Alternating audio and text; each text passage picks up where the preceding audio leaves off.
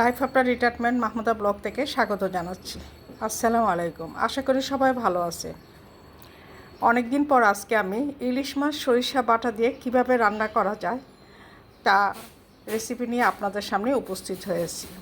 আশা করি ভিডিওটি আপনাদের কাছে অবশ্যই ভালো লাগবে। আমি জানি অবশ্যই আপনারা ইলিশ মাছ সরিষা বাটা দিয়ে রান্না করে থাকেন, তবে আমি কিভাবে রান্না করব সেই ভিডিওটি দেখার জন্য আপনাদের সবাইকে আমন্ত্রণ জানাচ্ছি।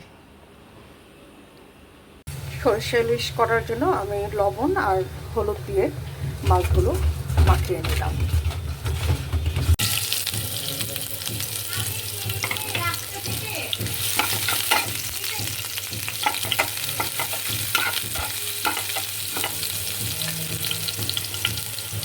এটার মধ্যে আমি পেঁয়াজ বাটা দিয়ে দিলাম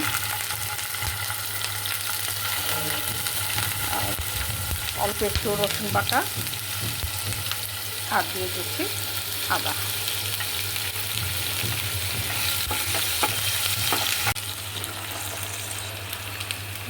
পানি দিয়ে দিচ্ছি আর এখানে হলুদ গুঁড়া, মরিচ গুঁড়া, ধনে করে দিচ্ছি। এখানে মরিচের গুঁড়া আমি অল্প করে দিয়েছি, অর্থাৎ আদা 4 চামচ দিয়েছি।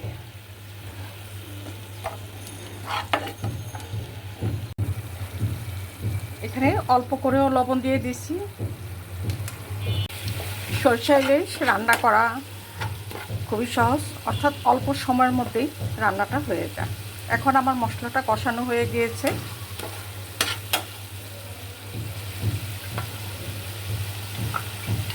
এর মধ্যে যে আমি আগে মাথাটা দিয়ে দিচ্ছি। আর একটা জিনিস, এই রান্নার সময় আমি মরিচের গুঁড়োটা খুবই অল্প দিয়েছি। ঝাল হওয়ার জন্য আমি এখানে কাঁচামরিচ দিয়ে দিব।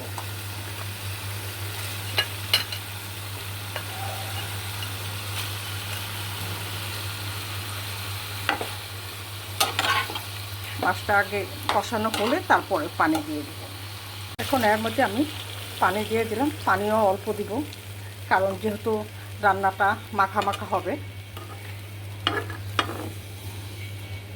সরিষা ইলিশ আমার বাসায় ছেলে মেয়ে সবাই পছন্দ করে।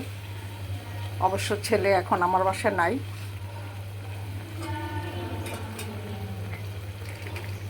ও আবার যখন আমার বাসায় আসবে তখন আবার ওকে রান্না করে খাওয়াবো, কারণ আমার ছেলেও সরিষা ইলিশ খুব খেতে পছন্দ করে। একটু লবণ কম হয়েছে, দিয়ে দিচ্ছি।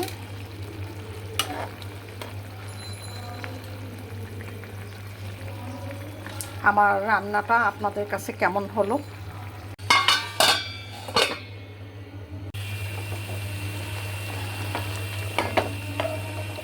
আমি এখন আর চামচ দিয়ে নাড়া দিব না, কারণ চামচ দিয়ে নাড়া দিলেই দেখা যাবে যে মাছটা ভেঙে যাবে। হয়ে এসেছে আমার আজকে সরিষা ইলিশ রান্না। আশা করি ভিডিওটি আপনাদের কাছে অবশ্যই ভালো লাগবে, আর আপনারা লাইক কমেন্ট করতে ভুলবেন না। একটু ঝোল থাকতে আমি চুলাটা বন্ধ করে দিব, না হয়তো দেখা যাবে যে একেবারে শুকনা হয়ে যাবে।